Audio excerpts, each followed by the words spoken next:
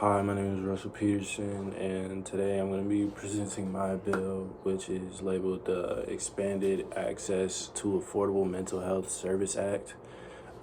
Basically, with this legislation addresses one of the most urgent and public health challenges in the United States, which is the growing of mental health crisis. So, as far as like with the leading in suicide cases and amount of people having to need to go to like therapists and stuff like that over their mental health. Across the country, millions of Americans do struggle with access to affordable and timely mental health care. So, like long wait times, there's provider shortages really on mental health. There's not really a lot of doctors and people who can help with mental health care.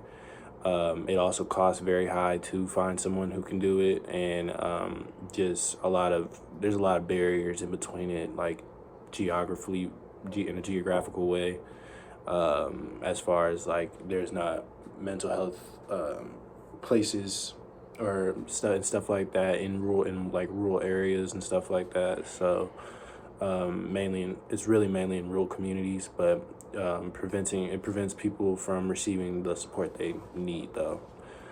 This bill does take a comprehensive and practical approach to solving these problems. For the first part of it, it establishes a community mental health expansion grant program under the Department of Health and Human Services. These grants basically allow states and nonprofit community health mental health centers to expand low cost and sliding scale services. So basically, it hires more providers, it reduces wait times, and develops a mobile crisis response units. Priority of funding will go to rural and underserved communities, so like poor communities or communities where there's not just a bunch of civilization at, because a lot of times those people get cut off from access to stuff like that. But that's where a majority of the funding would go to. Secondly, the bill permanently authorizes this thing called telemental health services under Medicare and Medicaid. So during the COVID-19 pandemic, telehealth proved to be a lifeline by removing outdated geographic restrictions and allowing qualified providers to deliver services across state lines. So services for mental health crisis were being delivered pretty much everywhere for the most part. But proper licensing. So these were licensed people who were doing this and stuff like that.